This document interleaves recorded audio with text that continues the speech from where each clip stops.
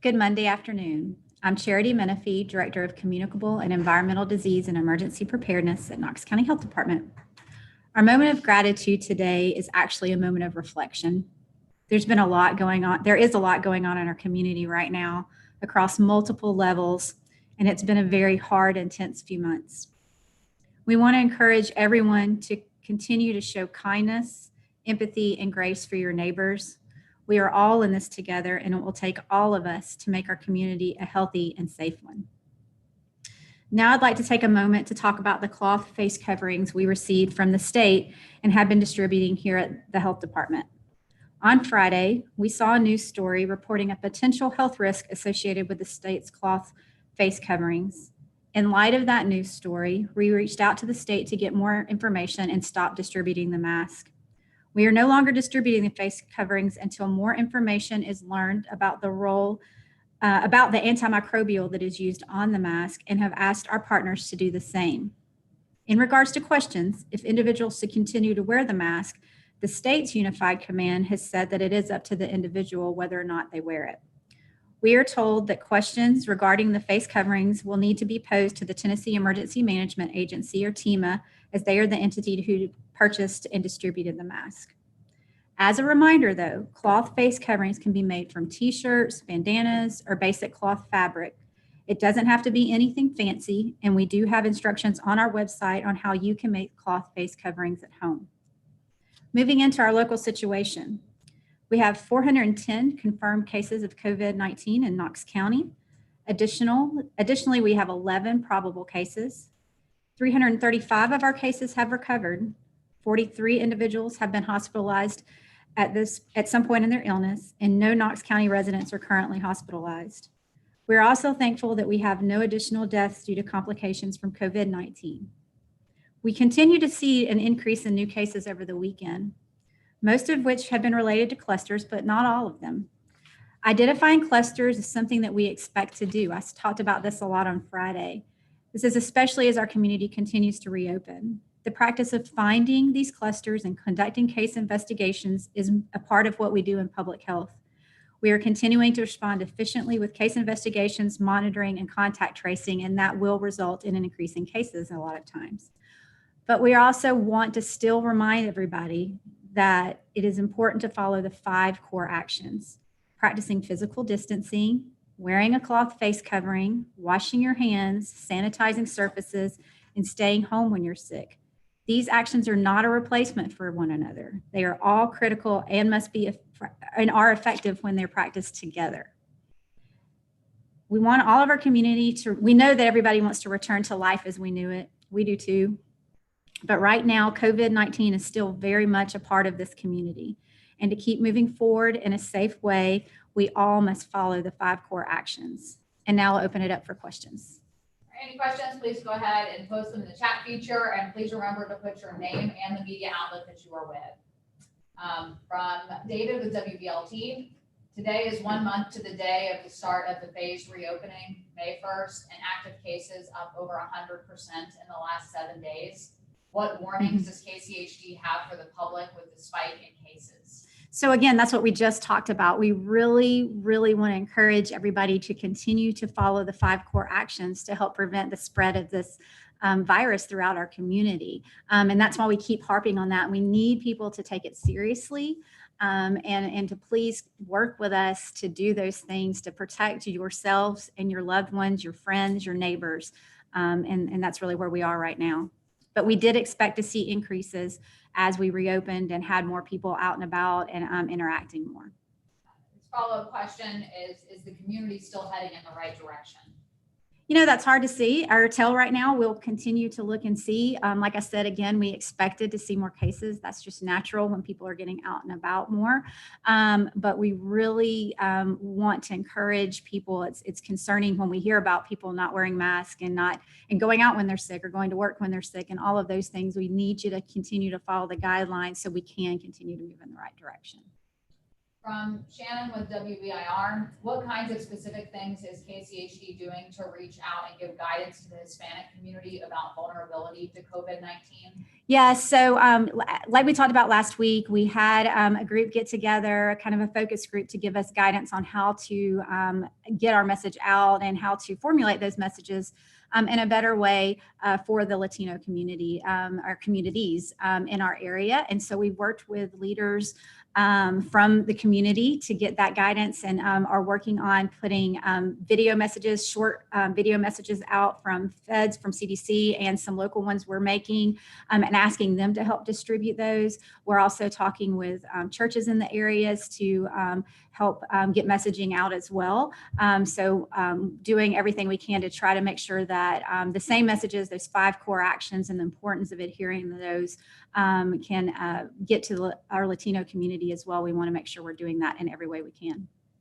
Another question from Shannon with WBIR in the same vein. They ask, in what ways are you working with the community, many of whom who have limited English language skills? Yeah, I think I addressed that. So if you need more clarification, you can, but we're doing videos in Spanish and making sure that our messaging, and we have interpreters available when we're interviewing cases and doing contact tracing, all of those, we're using interpreters for those so we can speak directly to the individuals in their language. And so taking a lot of different actions across the board to try to help with the situation. From WATE, they ask, is there any trend or connection between the non-cluster cases? No, there really hasn't been. Again, nothing in the community to point out other than just really encouraging people to do all the things we're asking to keep from spreading the virus.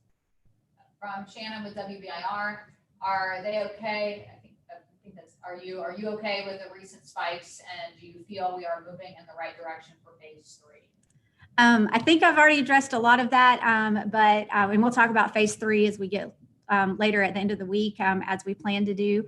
But it's concerning to know that we're having more cases, but again, it's also expected. We just really need the cooperation. I think that there's maybe some thoughts that this isn't as serious, or we shouldn't be worried about it. And we do want to continue to stress that it is very much still here. There's very much still consequences, that people can get really sick from this. And we want to make sure that we're protecting our loved ones and our friends and family. So we encourage people to continue to follow the guidance. A follow-up question from Shannon was, any idea when phase 3 might be? Not at this time. Also from Shannon with WBIR, are you worried about a possible spike from protests or riots?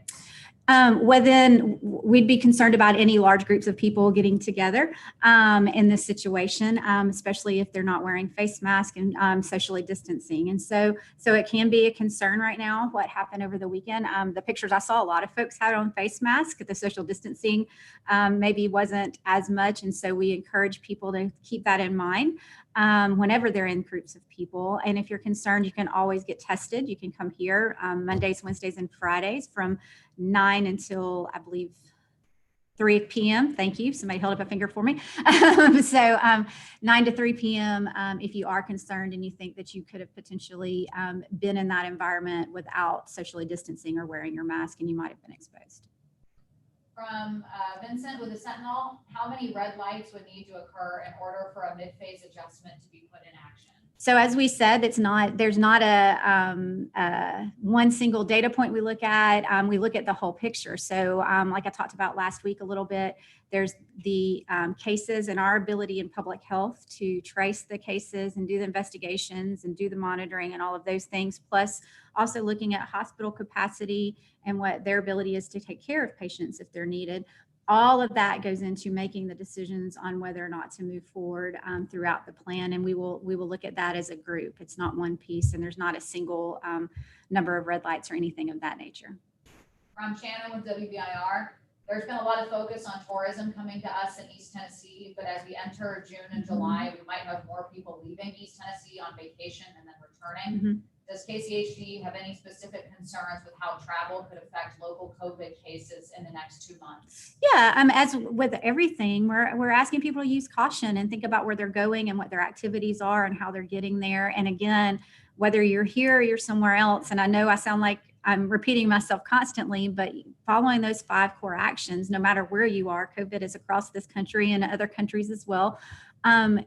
Stay away from people, keep that 6 feet of distance, wear a mask, wash your hands frequently, disinfect surfaces, and stay home. Don't go if you're sick. That's really important as well. And I think that answered that second part of your question, Shannon, but if it didn't, feel free to type another question in. From Vincent with the Sentinel, are you concerned with the dampening effect this issue with the Silvador-treated cloth masks might have on widespread mask adoption? I hope that people continue to wear masks. And again, there's ways to make masks available on our website, and people can do that with t-shirts and bandanas and things they have at home. So I hope not. We really want to, and we still stress the need for wearing cloth face masks when you're in public. And it's very important to do so to help protect your community. From Shannon with WBIR, how many masks from the state have been given out before the stop today? So we've given the number before, I believe last week. We'll get the number. I can't remember what it was, but we'll get it to you and follow up on that. Sorry, I don't want to give you the wrong number. And just as a clarification, Shannon, we didn't stop today. We actually stopped Friday. on Friday. Also from Shannon with WBIR, 16 Hispanic cases on Saturday. Is that a cluster, or were those cases spread out? The vast majority were related to one of the clusters we had talked about that we were already working with, yes. Follow-up question from her is, why are we seeing a spike in this community? I can't say for certain, but I do think that making sure that we're working on our messaging and how we communicate with the Latino community is very important, and that we are working with trusted leaders within the community to also help us get messaging out as well is very important. And we hope that doing that will help with what we're seeing.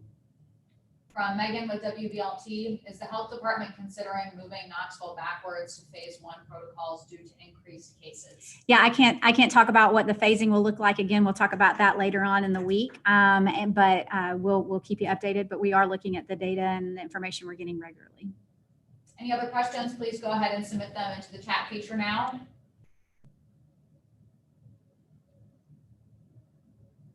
All right, there's no more questions being submitted, so thank you all for joining us, and we will see you on Wednesday at 12:30.